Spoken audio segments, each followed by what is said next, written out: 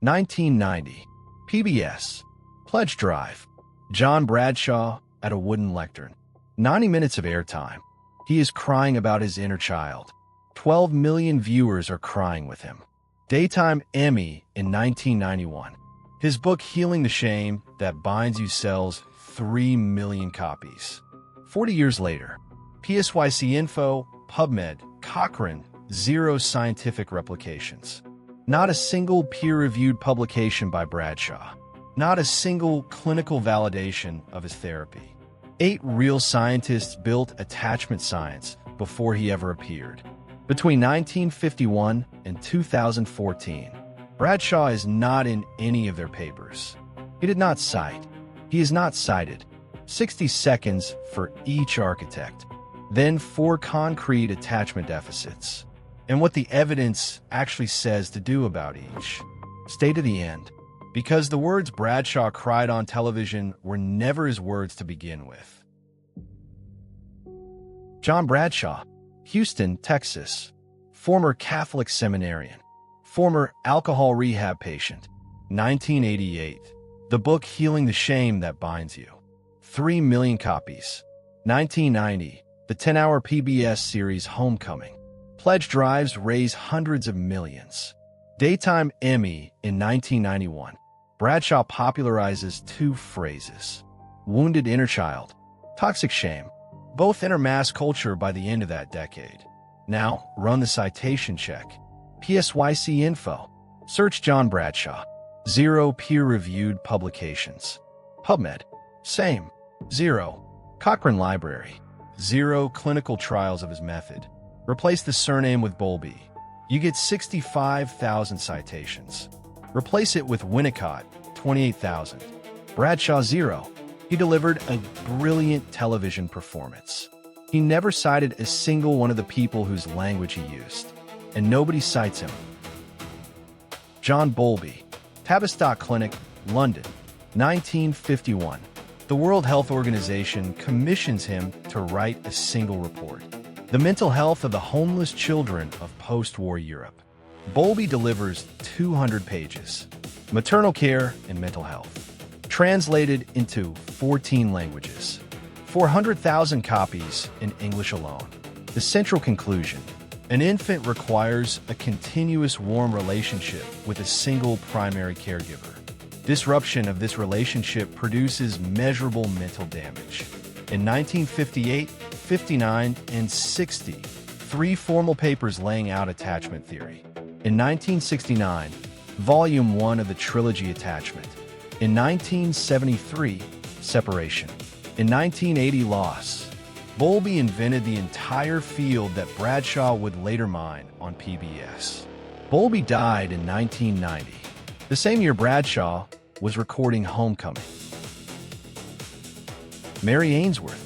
Johns Hopkins University, 1969. Ainsworth invents the strange situation, a standardized 20-minute laboratory procedure. 8 episodes. Mother present with infant. A stranger enters. Mother leaves. Mother returns. The reunion at episode 5 is the diagnostic moment. Ainsworth codes 106 infants in Baltimore. The data produces 3 reproducible patterns. First, secure. The infant seeks comfort from the mother and is calmed quickly. Second, anxious resistant. Clings and pushes away in the same motion. Third, avoidant. Does not approach the mother on her return at all.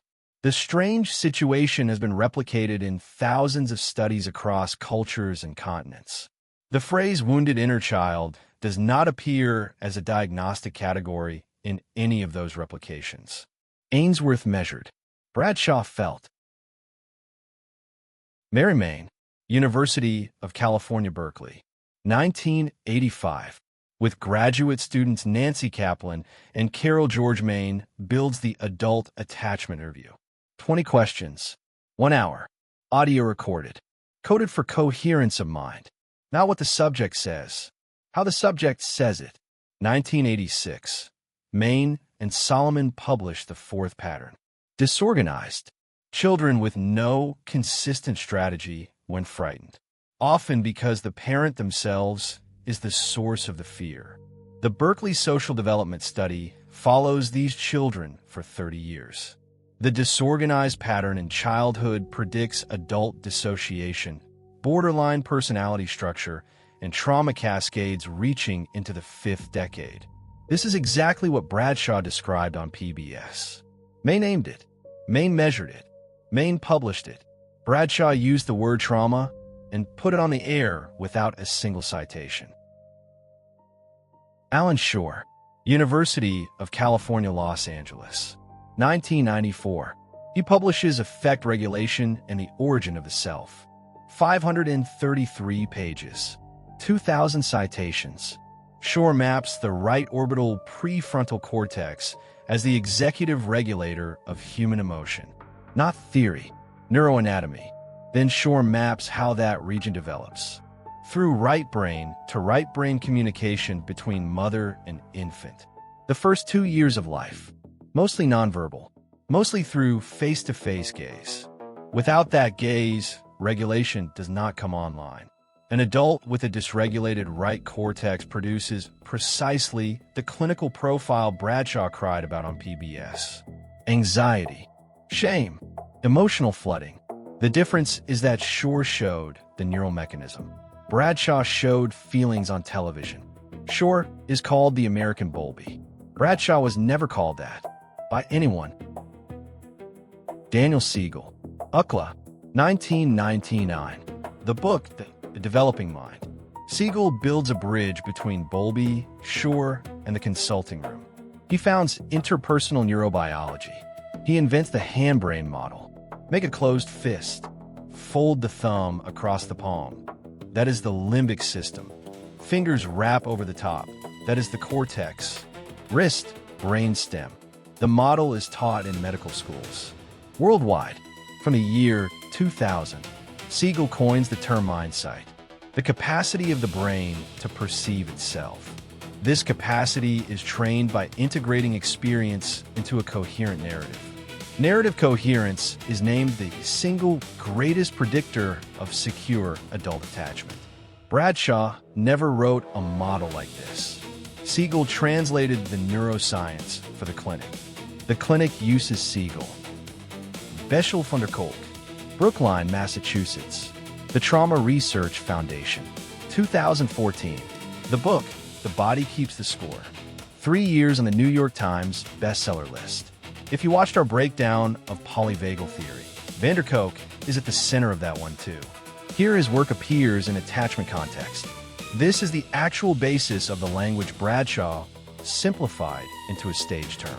Van der Kolk's central thesis: childhood attachment trauma is not stored in narrative memory. It is stored in the body. Heart rate variability falls. Vagal tone collapses. Cortisol stays chronically elevated. The body remembers what the mind tries to forget. Van der Kolk built the bridge between attachment science and trauma neurobiology. Bradshaw used the word trauma freely on PBS. Van der Kolk measured it and described what to do with it. Donald Winnicott, London, Paddington Green Children's Hospital.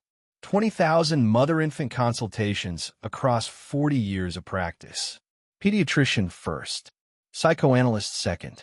1953. Winnicott introduces the phrase, good enough mother. The mother who meets the infant's needs consistently, but not perfectly. Those small failures are exactly the space in which the infant differentiates and becomes a self. 1960. Winnicott introduces the true self and the false self. The true self is authentic experience. The false self is the defensive facade the infant learns to wear when maternal attunement breaks down. Read those 2 sentences again. That is John Bradshaw's entire inner child theory. Winnicott published it 35 years before Homecoming aired. Bradshaw never cited him. The clinic still cites Winnicott in 19 languages. For attachment deficits, count it off. First, security missing. The fix is a stable, continuous relationship. Bowlby's prescription from 1951, replicated thousands of times. Second, regulation missing. The fix is right brain to right brain attunement. Schore's neuroscience. The mother-infant gaze repaired in the adult through the therapist. Third, coherence missing. The fix is narrative coherence work. Mary Main's adult attachment interview as the diagnostic. Integrated story building as the treatment. Fourth, rupture unrepaired. The fix is somatic trauma therapy. Van der Kolk's evidence base. Body first, story second. None of these